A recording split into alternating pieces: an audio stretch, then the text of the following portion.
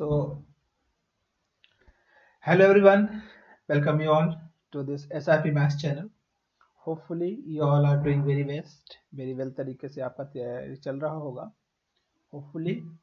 और आइए आज हम इस वीडियो में आज डिस्कस करने वाले हैं सर्कल का काफ़ी important topic tangent and normal, जिसके ऊपर से हर साल एक क्वेश्चन तो आना तय है, ठीक है ना। तो चलिए डिस्कशन को आगे बढ़ाते हैं हम लोग।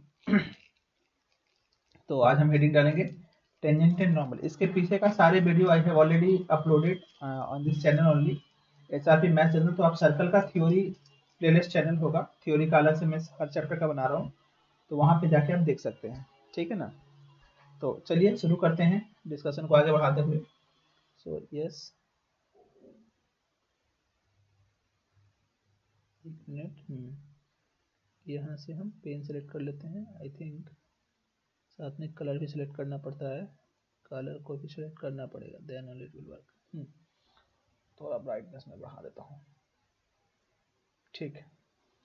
तो चलिए तो हमारे पास आज का टॉपिक का डिस्कशन क्या है, टेंजेंट एंड नॉर्मल, है ना। तो ध्यान से देखते चलना आप लोग को। So will discuss today tangent and normal.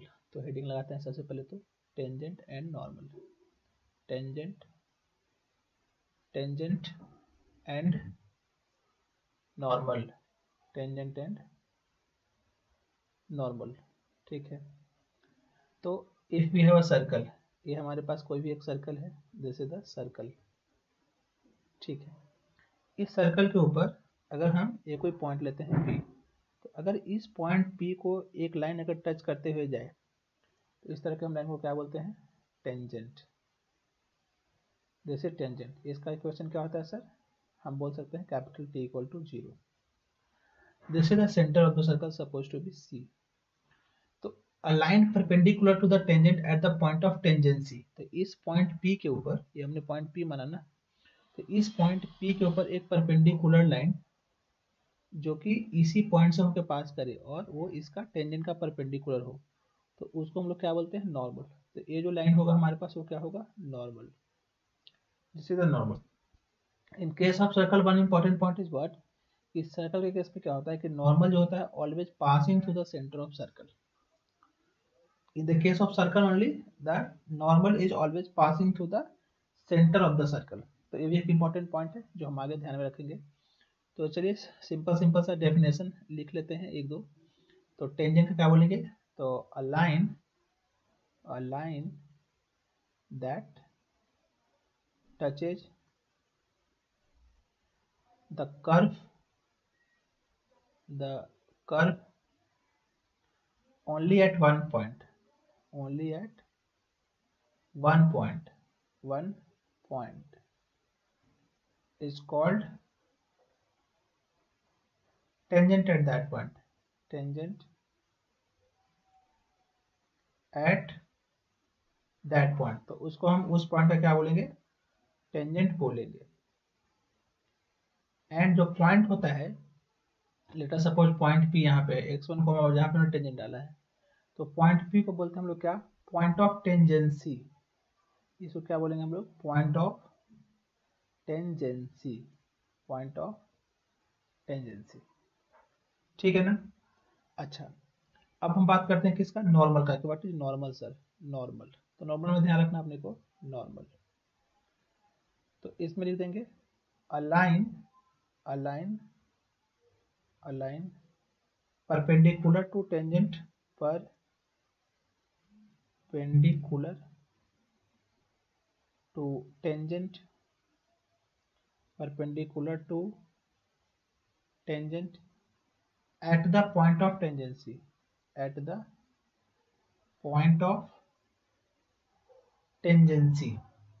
तो जिस पॉइंट पे टेंजेंट डाला गया है उसी पॉइंट पे अगर टेंजेंट के परपेंडिकुलर लाइन हम बनाए तो उसको हम लोग क्या बोलते हैं, नॉर्मल बोलते हैं, है ना। तो a line perpendicular to tangent at the point of tangency is called what actually, that is called the normal।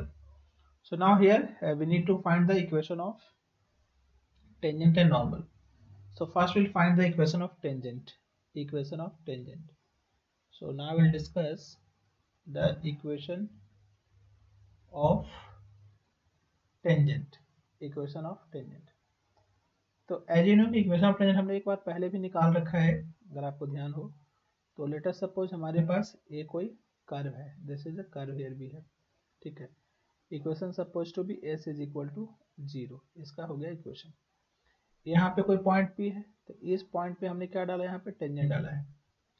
इस पॉइंट को आप क्या मान लोगे, x1, y1, this is our tangent का पॉइंट, टेंजेंट पॉइंट। तो with respect to this point तो हम जानते ही हैं कि इक्वेशन ऑफ टेंजेंट क्या हो जाता है, capital T is equal to 0 with respect to this point. एक हो गया एक तरीका। दूसरा तरीका क्या होता है सर, हमने पढ़ा था कि अगर इस इक्वेशन का, अगर इस इक्वेशन मान लो हमारे पास ऐसे है, x square plus y square is equal to a square, a is the radius. तो इसका इक्वेशन क्या आया था, y is equal to m x plus minus a root under 1 plus m square. So this is the equation of tangent with the slope in form. So this is the equation of tangent, ये भी equation of tangent आ गया हमारे पास, equation of tangent in slope intercept form, slope intercept form. So this is the tangent in the slope intercept form. Clear है ना, ठीक है। तो यहाँ पे हमने स्लोप इंटरसेप्ट फॉर्म का चीजें देख लिया। तो इस पे क्वेश्चंस वगैरह आ सकते हैं, क्वेश्चंस वगैरह जो है इसमें equation of tangent and normal के ऊपर। तो स्लोप इंटरसेप्ट फॉर्म यहाँ से हमने लिख लिया, ठीक है। अगर पूछता है कि नॉर्मल का इक्वेशन क्या होगा सर, तो हम नॉर्मल भी लिख सकते हैं। कैसे, तो सेंटर तो मालूम है ना। अगर यहाँ पे मैं देखूं कि सेंटर से हमने क्या लिया है, let us suppose in this equation के केस में 0,0 हो गया, तो इसका अगर if we know the equation of this one, तो इसका हम स्लोप निकाल सकते हैं ना, m1 into m2 equal to -1 करके स्लोप मिल जाएगा, सेंटर का पॉइंट मालूम होगा, so we can write the equation of normal. तो वहां से हमारे पास नॉर्मल का हम इक्वेशन लिख सकते हैं वेरी इजिली, ठीक है ना। तो वो आई थिंक हमने ऑलरेडी डिस्कस कर लिया है, इसके ऊपर इसका डेरिवेशन जो है आप पीछे का वीडियो में जाकर देखिएगा, आपको मिल जाएगा होपफुली, ठीक है ना, किया हुआ है ऑलरेडी, ठीक है। तो ये हो गया अपने पास डायरेक्टर सर्कल ऑल्सो डन, वो लास्ट वीडियो में किया हुआ है।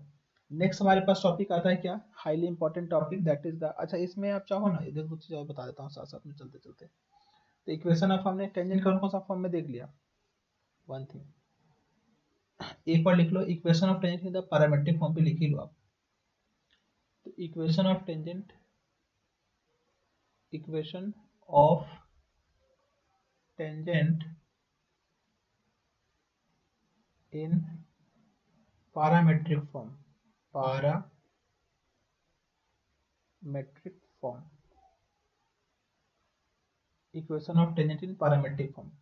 Let us suppose we have a circle over here, this circle we have, okay,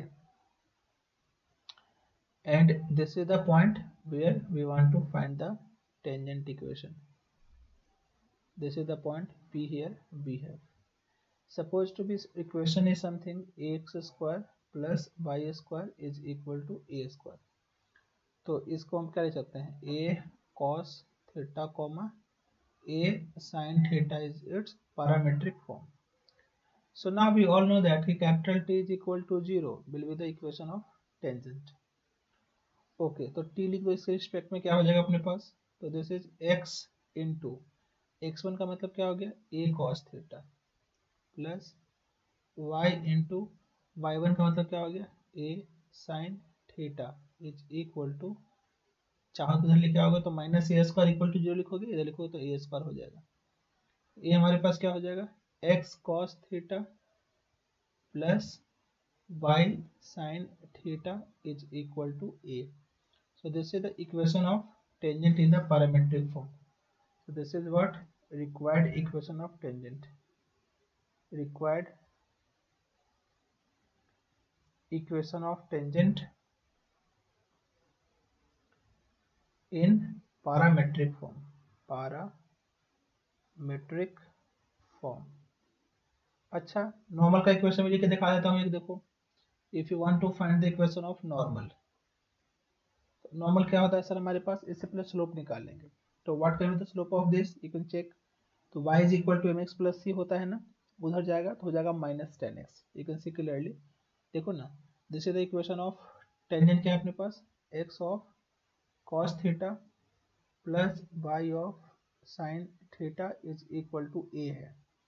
तो यहाँ से क्या हो जाएगा अपने पास, y sin theta is equal to minus x cos theta plus a, divide कर लो तो y इज इक्वल टू हो जाएगा माइनस x, ये हो जाएगा cot theta plus a cosec theta, ठीक है ना। तो यहाँ से देखो स्लोप का वैल्यू कितना हो जाएगा अपने पास यहाँ पे, that is it's slope of tangent हमारे पास कितना आ गया, माइनस ऑफ cot थीटा आ गया। तो स्लोप ऑफ नॉर्मल क्या हो जाएगा, तो ये हो जाएगा tan थीटा हमारे पास यहाँ पे क्या आ जाएगा, स्लोप ऑफ नॉर्मल। और ये पास कहाँ से कर रहा है normal, passing through the point 0,0। क्यों सर, क्योंकि हमने वहाँ पे सर्कल जो बनाया है उसका हमने सेंटर 0 पे रखा है, तो 0,0 से पास करेगा। तो इसका इक्वेशन क्या हो जाएगा, y minus y1 is equal to m times, m का मतलब tan theta, into x minus x1, इनकी 0 ही हो जाएगा x1 भी। तो ये कितना हो जाएगा देखो, अच्छा इसको तुम इरेज कर देता हूँ, कहीं आपको ऐसा ना लगे कि ये क्या लिखा हुआ। तो yes, so this is x minus 0, so here it is y is equal to x, this is sin theta divided by cos theta, or one can write what, y by sin theta is equal to x by cos theta। तो our this is the equation of normal in this case, ये हमारे पास इस वाले case में normal का equation निकल के आ रहा है, क्लियर है ना। ये सब चीज ध्यान रखना है अपने को।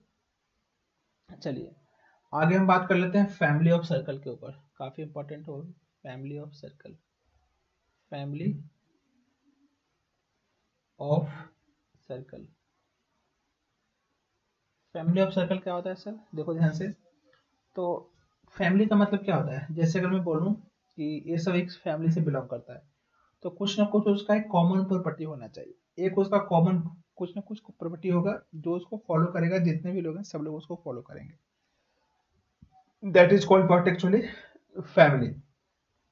तो हम यहाँ पे बोल सकते हैं कि जैसे लेट अस सपोज हमारे पास एक सर्कल है लाइक दिस, एक सर्कल दे दिया हमने, एक सर्कल दे दिया ऐसे, s इज इक्वल टू 0, और बोल दिया कि एक लाइन इसको ऐसे दो पॉइंट पे कट कर रहा है, मान लो आप l इज इक्वल टू 0, तो इसका ये पॉइंट ऑफ इंटरसेक्शन आ गया ना, a एंड b। तो अगर मैं बोलूं कि ये दोनों पॉइंट ऑफ इंटरसेक्शन से पास होने वाले जितने भी सर्कल हैं उसका इक्वेशन मुझे चाहिए, जैसे एक सर्कल ये बन सकता है, या एक सर्कल आप और भी बना सकते हो, late us suppose like this करके, ऐसे करके, ऐसे करके। तो इस तरह से बहुत सारे सर्कल बन सकते हैं, all are the family of circle. ये सब क्या अपने पास फैमिली ऑफ सर्कल है। क्यों फैमिली है सर, क्योंकि ये सबका एक फैमिली एक कॉमन मिला कि दोनों का दोनों जो है ना वो जितने भी सर्कल है वो दो कॉमन पॉइंट से पास कर रहे हैं। तो this belongs to family which passing through the point a comma b। तो यहाँ पर इक्वेशन हो जाएगा समथिंग, आप लिख सकते हो s plus lambda l is equal to 0, ये भी लिख सकते हो, और आप चाहो तो लेमडा को इसके साथ मल्टीप्लाई कर सकते हो, बट यहाँ पे करने से इजी होगा क्योंकि आपको स्ट्रेट लाइन के साथ लीनियर के साथ लेमडा रहेगा तो थोड़ा सिंप्लीफाई करना इजी होगा। Now the lambda belongs to real number, तो the value of lambda can be find using given condition, एक कंडीशन कुछ दिया होगा जिसका यूज करके हम लेमडा का वैल्यू निकाल सकते हैं, ठीक है ना। ओके।